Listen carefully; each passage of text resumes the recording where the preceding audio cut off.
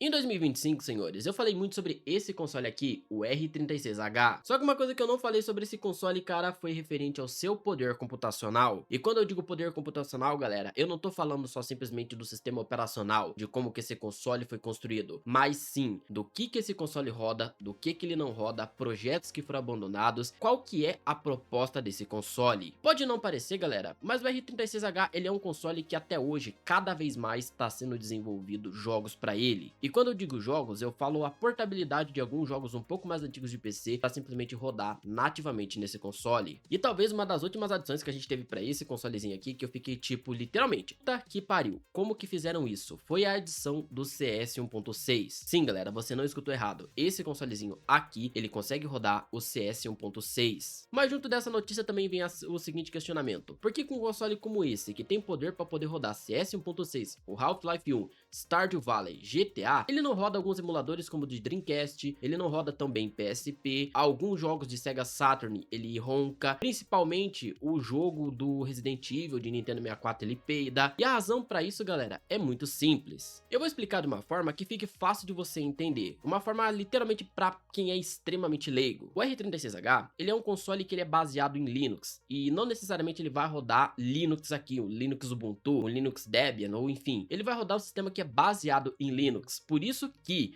esse console, ele tem acessibilidade a diversos emuladores de uma forma extremamente otimizada. E obviamente, galera, o que ele vai rodar nativamente é o sistema operacional. Ou seja, quando você liga o console, a primeira coisa que vai aparecer é o menu, só que esse menu ele é baseado em Linux, ou seja, o sistema operacional base desse console. Quando você liga, é um sistema que é baseado no Linux Ubuntu, se não me falha a memória, ou é Linux Mint. Eu não vou lembrar, mas o editor vai estar colocando aqui na tela.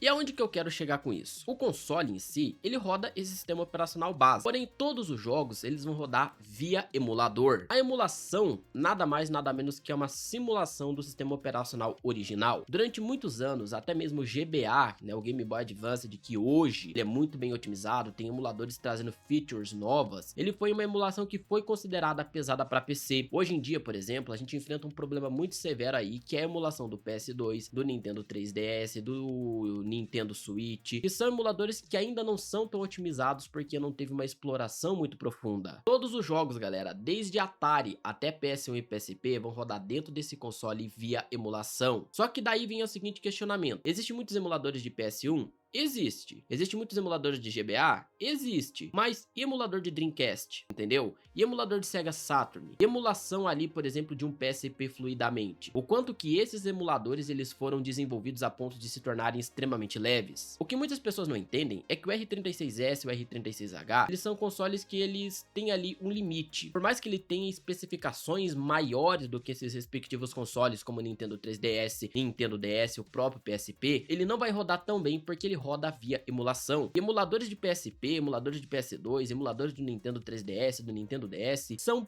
pouquíssimos. E são emuladores muitas das vezes até descontinuados que eles rodam numa fluidez muito boa. E a emulação, ela é basicamente uma simulação do sistema operacional original. Não vai ser a mesma coisa, por exemplo, de você ali tá jogando no console nativo, que vai abrir aquele sistema operacional original. Um exemplo de simulação, né, de emulação também que a gente fala, é você basicamente jogar num simulador, né? Você vai jogar no simulador de carro, você tem ali uma experiência muito próxima da realidade. Porém, quando você vai para um carro normal e você vai fazer aquilo que você viu no emulador, a experiência é totalmente diferente. A mesma coisa, o mesmo tipo de comunicação ali que o jogo ele tem com o console. Porque imagina assim, o jogo tá aqui, ele vai passar até vir aqui pro console. Só que nesse caminho que o jogo fez, vai ter a emulação. Então as informações vão chegar no emulador, o emulador vai fazer o jogo pensar que ele tá rodando no sistema operacional original, e pós tudo isso acontecer, a emulação ela vai sair daqui e ela vai chegar na informação do console. Muitos emuladores que a gente tem aqui no R36H, ele é um sistema que ele é baseado no RetroArch. RetroArch é um tipo de sistema ali de emuladores que, cara, tem uma emulação muito bem ajustada. Só que alguns emuladores que a gente tem aqui dentro, por exemplo, o PPSSPP, é um emulador que ele não foi tão bem assim otimizado. É um emulador que quando você joga, digamos assim, no celular, cara, tu precisa de um celular muito potente. E quando a gente fala, galera, de uma emulação tranquila, de uma emulação suave, a gente fala, por exemplo, emulador de Game Boy Color, de Game Boy Advance, de Game Boy tradicional, emulador de Super Nintendo, porque foram emuladores que, digamos assim, durante 10 anos eles foram desenvolvidos. Não é à toa, galera, que por exemplo o Visual Boy Advance foi um dos primeiros emuladores de sucesso do GBA. Porém, hoje em dia a gente tem outros emuladores como o MGBA para PC, que eles têm, digamos assim, uma composição, uma construção muito diferente, o que dá ali uma possibilidade de a gente jogar, por exemplo, hack-ROMs de Pokémon que não rodam no Visual Boy. E isso é uma coisa interessante porque você para perceber como que os emuladores avançaram também, como que o pessoal ali quando foi construir essas coisas, fizeram uma coisa muito bem feita. E por essa questão de alguns emuladores terem sido ali, digamos que, mais trabalhados a respeito, a gente tem emuladores muito leves, que de fato conseguem reproduzir uma perfeição, uma sincronia perfeita, o jogo ao sistema operacional base. Galera, por mais que o R36H, ele tenha especificações, ele tem ali um conjunto gráfico melhor que muito desses consoles, jamais ele vai rodar com uma fluidez perfeita, porque todos os jogos que você tem nesse console vai rodar via emulação. Então a gente não tá falando de um console que ele tá rodando nativamente. Se um console como esse daqui tivesse o sistema original, quando você ligasse o botãozinho aqui, ele aparece o sistema do PSP, ele ia rodar perfeitamente PSP. Nintendo 64, a mesma coisa. Por quê? O jogo ia estar se comunicando diretamente com o console, e não ali com uma redezinha que tá entre o jogo e o console principal. Então galera, espero que eu tenha esclarecido essa dúvida aí pra vocês, senhores. Se você quer comprar um console como o R36H, principalmente porque eu tenho certeza que você viu que ele roda Stardew Valley, que ele roda Half-Life, principalmente CS 1.6, que bem, eu ainda vou trazer aqui no canal um vídeo sobre isso. Cara, o linkzinho tá aqui na descrição, galera. Compre o seu R36H. Opa! E aí, tudo tranquilo? Desculpe interromper seu vídeo. Você quer economizar nas suas compras online e ainda ganhar o cashback em dinheiro de volta? Galera, é muito simples. Basta você descer a tela e clicar no primeiro link da descrição e se cadastrar no Cuponomia. O Cuponomia, galera, é um site que reúne mais de 2.000 lojas com cupons e descontos especiais. E ainda mais, você ganha cashback em dinheiro de verdade. Para receber o cashback é muito simples. Você entra no Cuponomia, acessa sua loja de preferência e clique em ativar cashback. Fica tranquilo que o Cuponomia vai te redirecionar diretamente para o site e lá você faz a tua compra normalmente. Quando o teu saldo de cashback atingir o mínimo de R$20, é só você cadastrar a tua chave Pix e você fazer o saque sem problema algum, sem qualquer burocracia. E o melhor, galera, se você indicar um colega pelo seu link e ele concluir uma compra no valor de R$50, você e ele ganham R$5 direto de graça cada um. E aí, galera, vai ficar de fora de economizar e ainda assim ganhar um cashbackzinho maroto? Então desce a tela, clica no link que tá aqui na descrição, se cadastra no Cuponomia e vem começar a economizar. E depois tu me diz aí, quanto que você economizou? Então, senhores, muito obrigado por terem ficado até o final do vídeo. Meu nome é André e eu quero agradecer exclusivamente a cada um de vocês pelo feedback que vocês estão dando aqui no canal. Galera, se vocês puderem me ajudar imensamente a manter a parceria do Cuponomia, cara,